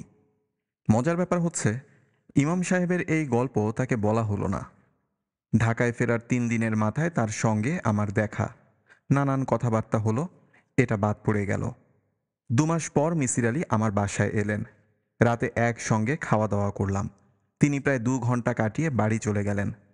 ইমাম সাহেবের গল্প বলা হলো না। তিনি চলে যাবার পর মনে হলো, ইমাম সাহেবের গল্পটা তো তাকে শোনানো হলো না। আমি আমার মেয়েকে বলে রাখলাম যে এর পরে যদি কখনো মিসির আলি সাহেব আমাদের বাসায় আসেন, সে যেন আমার কানের কাছে ইমাম বলে একটা চিৎকার দেয়। আমার এই মেয়ের স্মৃতিশক্তি বেশ ভালো। সে যে যথাসময়ে ইমাম বলে চিৎকার দেবে সে বিষয়ে আমি নিশ্চিত। হলোও তাই। অনেক দিন পর মিসির আলি সাহেব এসেছেন। তার সঙ্গে গল্প করছি। আমার মেয়ে কানের কাছে এসে বিকট চিৎকার দিল, এমন চিৎকার যে মেজাজ খারাপ হয়ে গেল। মেয়েকে কড়া ধমক দিলাম। মেয়ে কাঁদো কাঁদো হয়ে বলল, তুমি তো বলেছিলে মিসির চাচু এলে ইমাম বলে চিৎকার করতে। আমি বিরক্ত হয়ে বললাম, কানের পর্দা ফাটিয়ে দিতে তো বলিনি। যাও, এখন যাও তো। মিসির আলি বললেন, ব্যাপারটা কি? আমি বললাম, তেমন কিছু না, আপনাকে একটা অভিজ্ঞতার কথা বলতে চাচ্ছিলাম। একজন ইমাম সাহেবের গল্প। আপনার সঙ্গে দেখা হয় কিন্তু গল্পটা বলার কথা মনে থাকে না। মেয়েকে মনে করিয়ে দিতে বলেছি, সে এমন চিৎকার দিয়েছে এখন মনে হচ্ছে বাঁ কানে কিছু শুনতে পারছি না। মিসির আলি বললেন, গল্পটা কি বলুন শুনি। আজ থাক, আর একদিন বলবো, একটু সময় লাগবে, লম্বা গল্প। মিসির আলি বললেন, আর 1 কাপ চা দিতে বলুন, চা খেয়ে বিদায় হই। চায়ের কথা বলে মিসির আলির সামনে এসে বসলাম। মিসির আলি সিগারেট ধরাতে ধরাতে বললেন, ইমাম সাহেবের গল্পটা আপনি আমাকে কখনোই বলতে পারবেন না। আমি অবাক হয়ে বললাম, কেন? আপনার মস্তিষ্কের একটা অংশ আপনাকে গল্পটা বলতে বাধা দিচ্ছে, যে কারণে অনেকদিন থেকে আপনি আমাকে গল্পটা বলতে চান, অথচ বলা হয় না, আপনার মনে থাকে না। আজ আপনাকে মনে করিয়ে দেয়া হলো, এবং মনে করিয়ে দেওয়ার জন্য আপনি রেগে গেলেন। তার চেয়ে বড় কথা, মনে করে দেবার পরেও আপনি গল্পটি বলতে চাচ্ছেন না, অজুহাত বের করেছেন, বলছেন অনেক লম্বা গল্প। আমি নিশ্চিত আপনার অবচেতন মন চাচ্ছে না এই গল্প আপনি আমাকে বলুন। আপনার সাবকনশাস মাইন্ড আপনাকে বাধা দিচ্ছে। আমার সাবকনশাস মাইন্ড আমাকে বাধা দিচ্ছে কেন? আমি এটা বুঝতে পারছি না। গল্পটি শুনলে বুঝতে পারবো। চা আসুক। চা খেতে খেতে আপনি বলা শুরু করুন। আমার সিগারেটও ফুরিয়েছে, কাউকে দিয়ে কয়েকটা সিগারেট আনিয়ে দিন। আমি আর কোনো অজুহাতে গেলাম না। গল্প শেষ করলাম। গল্প শেষ হওয়া মাত্র মিসির আলি বললেন, আবার বলুন। আবার কেন? মানুষ যখন প্রত্যক্ষ অভিজ্ঞতার কথা বলে তখন মূল গল্পটি দ্রুত বলার দিকে ঝোঁক থাকে বেশি। গল্পের ডিটেলসে যেতে চায় না। একই গল্প দ্বিতীয়বার বলার সময় বর্ণনা বেশি থাকে, কারণ মূল কাহিনী বলা হয়ে গেছে। কথক তখন না বলা অংশ বলতে চেষ্টা করেন। আপনিও তাই করবেন। প্রথমবার শুনে কয়েকটা জিনিস বুঝতে পারিনি, দ্বিতীয়বারে বুঝতে পারবো। শুরু করুন। আমি শুরু করলাম। বেশ সময় নিয়ে বললাম। মিসির আলী বললেন, কবে গিয়েছিলেন ধুন্দুলনাড়া? তারিখ মনে আছে? আছে। আমি মিসির আলীকে তারিখ বললাম। তিনি শান্ত গলায় বললেন, আপনার তারিখ অনুযায়ী মেয়েটির বাচ্চা এখন হবে কিংবা হয়ে গেছে। আপনি বলছেন 10 মাস আগের কথা। মেয়েটির বাচ্চা হয়ে গিয়ে থাকলে তাকে যে হত্যা করা হয়েছে সেই সম্ভাবনা 99 ভাগেরও বেশি। আর যদি এখনো না হয়ে থাকে তাহলে বাচ্চাটিকে বাঁচানো যেতে পারে।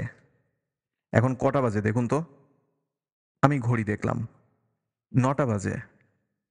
মিসির আলী বললেন, রাত 10:30টায় ময়মনসিংহে যাওয়ার একটা ট্রেন আছে।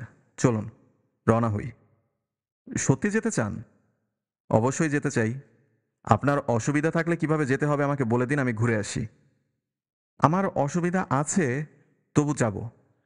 এখন বলুন তো, জিন কফিলের ব্যাপারটা আপনি বিশ্বাস করছেন? না। আপনার ধারণা বাচ্চাগুলোকে খুন করা হয়েছে? তা তো বটেই। কে খুন করেছে? মিসির আলি সিগারেট ধরাতে ধরাতে বললেন, কে খুন করেছে তা আপনিও জানেন। আপনার সাবকনশাস মাইন্ড জানে। জানে বলেই সাবকনশাস মাইন্ড গল্পটি বলতে আপনাকে বাধা দিচ্ছিল। আমি কিছুই জানি না। মিসির আলি হাসতে হাসতে বললেন, আপনার সাবকনশাস মাইন্ড জানে, কিন্তু সে এটি আপনার কনশাস মাইন্ডকে জানায়নি বলেই আপনার মনে হচ্ছে আপনি জানেন না। আমি বললাম, কে খুন করেছে? লতিফা। 2টি বাচ্চাই সে মেরেছে। তৃতীয়টিও মারবে। কি বলছেন এসব? চলুন, রওনা হয়ে যাই। দেরি হয়ে যাচ্ছে। ট্রেনে যেতে যেতে ব্যাখ্যা করব। ট্রেনে যেতে যেতে মিসির আলি আমাকে বললেন, লতিফা যে পুরো ঘটনাটা ঘটাচ্ছে তা পরিষ্কার হয়ে যায় শুরুতেই, যখন ইমাম সাহেব আপনাকে বলেন কিভাবে জিন কফিল তাকে আগুনে পুড়িয়ে মারার চেষ্টা করেছিল। পুরনো ধরনের মসজিদ, একটা মাত্র দরজা। এই ধরনের মসজিদে বসে থাকলে বাইরের চিৎকার শোনা যাবে না। ভেতর থেকে চিৎকার করলেও বাইরের কেউ শুনবে না, কারণ সাউন্ড ওয়েভ চলার জন্য মাধ্যম লাগে। মসজিদের দেওয়াল সেখানে বাধার মতো কাজ করছে। আপনি এবং ইমাম সাহেব মসজিদে ছিলেন। ইমাম সাহেব একসময় স্ত্রীর খোঁজ নিতে গেলেন এবং ফিরে এসে বললেন, লতিফা খুব চিৎকার করছে, তাই না? জি, তাই। মসজিদের ভেতর বসে সেই চিৎকার আপনি শুনতে পাননি, তাই না? জি। অথচ ইমাম সাহেব যখন আগুন দেখে ভয়ে চেঁচালেন, বাঁচাও বাঁচাও, তখন লতিফা পানির বালতি নিয়ে ছুটে এলো। প্রথমত ইমাম সাহেবের চিৎকার লতিফার শোনার কথা নয়। দ্বিতীয়ত শুনে থাকলেও লতিফা কি করে বুঝলো আগুন লেগেছে? সে পানির বালতি নিয়ে ছুটে এলো কেন? আগুন আগুন বলে চিৎকার করলেও আমরা চিৎকার শুনে প্রথমে খালি হাতে ছুটে আসি, তারপর পানির বালতি আনি। এটাই স্বাভাবিক। এই মেয়েটি শুরুতেই পানির বালতি নিয়ে ছুটে এসেছে, কারণ পানির বালতি হাতের কাছে রেখেই সে আগুন ধরিয়েছে। আমার এই যুক্তি কি আপনার কাছে গ্রহণযোগ্য মনে হচ্ছে? হচ্ছে। প্রথম শিশুটি মারা গেল। শিশুটিকে ফেলা হলো কুয়ায়। এই খবর মেয়েটি জানে, কারণ সে পাগলের মতো ছুটে গেছে কুয়ার দিকে, অন্য কোথাও নয়। তার বাচ্চাটিকে কুয়াতে ফেলা হয়েছে এটা সে জানলো কিভাবে? জানলো কারণ সে নিজেই ফেলেছে। এই যুক্তি কি আপনার কাছে গ্রহণযোগ্য মনে হচ্ছে? হ্যাঁ, হচ্ছে। আপনাকে কি আরো যুক্তি দিতে হবে? আমার কাছে আরো ছোটখাটো যুক্তি আছে। আর লাগবে না। শুধু বলুন, কুয়ার উপরের টিনে ঝনঝন শব্দ হতো কেন? যে শব্দ ইমাম সাহেব নিজেও শুনেছেন। কুয়ার টিনটা না দেখে বলতে পারবো না। আমার ধারণা বাতাসে টিনটা কাঁপে, ঝনঝন শব্দ হয়। দিনের বেলায় এই শব্দ শোনা যায় না, কারণ আশেপাশে অনেক ধরনের শব্দ থাকে। রাত যতই গভীর হয় চারপাশ নীরব হতে থাকে। সামান্য শব্দই বড় হয়ে কানে আসে। আপনার এই যুক্তিও গ্রহণ করলাম। এখন বলুন, লতিফা এমন ভয়ঙ্কর কাণ্ড কেন করেছে? মেয়েটা অসুস্থ, মনোবিকার ঘটেছে। ইমাম সাহেব লোকটি তাদের আশ্রিত। তাদের পরিবারের চাকর বাকররা যে কাজ করে সে তাই করত। মেয়েটি ভাগ্যের পরিহাসে এমন একজন মানুষের প্রেমে পড়ে যায়। প্রচণ্ড মানসিক চাপের সম্মুখীন হয়, পরিবারের সবার কাছে ছোট হয়, অপমানিত হয়। এত প্রচণ্ড চাপ সহ্য করার ক্ষমতা তার ছিল না। তার মনোবিকার ঘটে। পোয়াতি অবস্থায় মেয়েদের হরমোনাল ব্যালান্স এদিক ওদিক হয়। সেই সময় মনোবিকার তীব্র হয়। মেয়েটির ক্ষেত্রেও তাই হয়েছে। মেয়েটি দরিদ্র ইমামকে বিয়ে করে কঠিন মানসিক চাপের সম্মুখীন হয়েছে। একই সঙ্গে সে লোকটিকে প্রচণ্ড ভালোবাসে, আবার প্রচণ্ড ঘৃণাও করে। কি ভয়াবহ অবস্থা! মেয়েটি ইমামকে প্রচণ্ড ঘৃণা করে এটা কেন বলছেন? ইমামতি পেশা মেয়েটির পছন্দ না। পছন্দ না বলেই মেয়েটি কফিলের গলায় বলেছে, ইমাম আসছে, অজুর পানি দে, জায়নামাজ দে, কেবলা কোন দিকে বলে দে। এক ধরনের রসিকতা করার চেষ্টা করছে। মনোবিকার এমন ভয়াবহ রূপ নিল কেন? সে নিজের বাচ্চাকে হত্যা করছে, তা কেন? বড় ধরনের বিকারে এরকম হয়। সে নিজেকে ধ্বংস করতে চাইছে। নিজের সন্তান হত্যার মাধ্যমে সেই ইচ্ছারই অংশবিশেষ পূর্ণ হচ্ছে। আরও কিছু থাকতে পারে, না দেখে বলতে পারবো না। ধুন্দুলনাড়া গ্রামে সন্ধ্যার পর পৌঁছলাম। পৌঁছেই খবর পেলাম 5 দিন হয় ইমাম সাহেবের একটি কন্যা হয়েছে। কন্যাটি ভালো আছে। বড় ধরনের স্বস্তি বোধ করলাম। ইমাম সাহেবের সঙ্গে দেখা করলাম মসজিদে। তিনি আমাদের দেখে বড়ই অবাক হলেন। আমি বললাম, আপনার স্ত্রী কেমন আছেন? ইমাম সাহেব বিব্রত গলায় বললেন, ভালো না, ভালো না, খুব খারাপ। কফিল তার সঙ্গে সঙ্গে আছে। কফিল 7 দিনের মাথায় মেয়েটাকে মেরে ফেলবে। খুব কষ্টে আছি ভাই সাহেব। আল্লাহ পাকের কাছে আমার জন্য খাস দিলে একটু দোয়া করবেন। আমি বললাম, আমি আমার এক বন্ধুকে সঙ্গে নিয়ে এসেছি। উনি আপনার স্ত্রীর সঙ্গে কিছু কথা বলবেন। ইমাম সাহেব বিস্মিত হয়ে বললেন, কেন? যাতে আপনার বাচ্চাটা ভালো থাকে, সুস্থ থাকে। উনি খুব বড় একজন সাইকিয়াট্রিস্ট। অনেক কিছু বুঝতে পারেন, যা আমরা বুঝতে পারি না। উনার কথা শুনলে আপনাদের মঙ্গল হবে, এই জন্যই ওনাকে এনেছি। অবশ্যই আমি উনার কথা শুনবো, অবশ্যই শুনবো। ইমাম সাহেব আমাদের ঘরে নিয়ে গেলেন। ঘরে অনেক লোকজন ছিল। তাদের সরিয়ে দেয়া হলো। মিসির আলী বললেন, আমি কিছু কথা বলবো যা শুনতে ভালো লাগবে না, তবু দয়া করে শুনুন। লতিফা চাপা গলায় বলল, আমার সাথে কি কথা? আপনার বাচ্চাটির বিষয়ে কথা। বাচ্চাটি যাতে বেঁচে থাকে, ভালো থাকে, সেই জন্যই আমার কথাগুলো আপনাকে শুনতে হবে।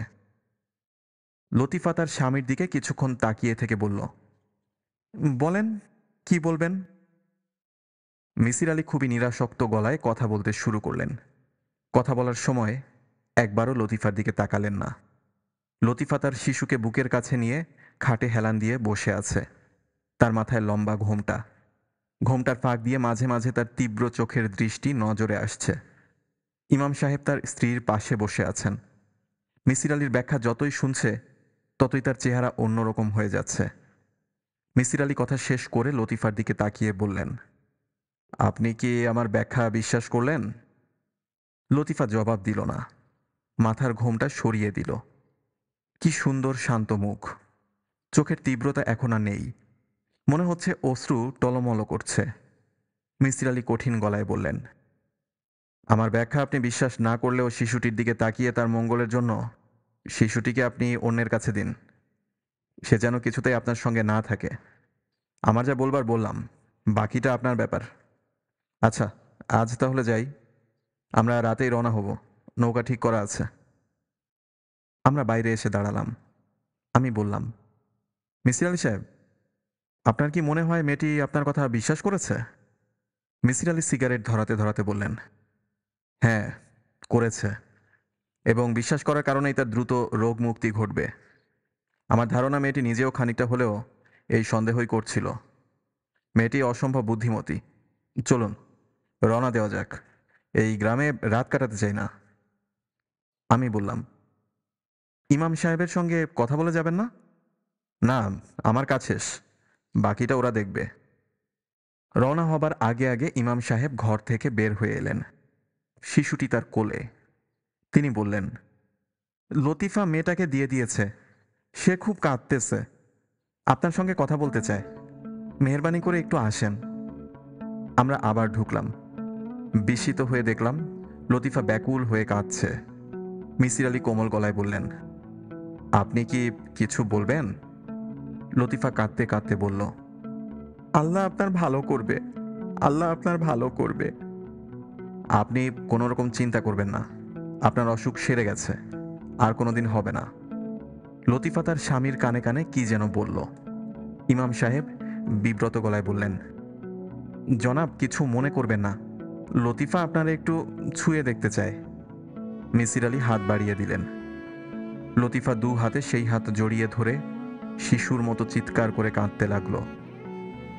নৌকায় উঠছি, ইমাম সাহেব আমাদের তুলে দিতে এলেন। নৌকা ছাড়ার আগ মুহূর্তে নিচু গলায় বললেন, ভাই সাহেব, আমি অতি দরিদ্র মানুষ, আপনাদের যে কিছু দিব আল্লাহ পাক আমাকে সেই ক্ষমতা দেন নাই। এই কোরআন শরীফটা আমার দীর্ঘদিনের সঙ্গী। যখন মন খুব খারাপ হয় তখন পড়ি, মন শান্ত করি। আমি খুব খুশি হব যদি কোরআন মজিদটা আপনি নেন। আপনি নেবেন কিনা তা অবশ্য জানি না। মিসির আলী বললেন, অবশ্যই নেব, খুবই আনন্দের সঙ্গে নেব। ভাই সাহেব, আমার মেয়েটার একটা নাম কি আপনি রাইখা যাইবেন? মিসির আলী হাসি মুখে বললেন, হ্যাঁ যাব।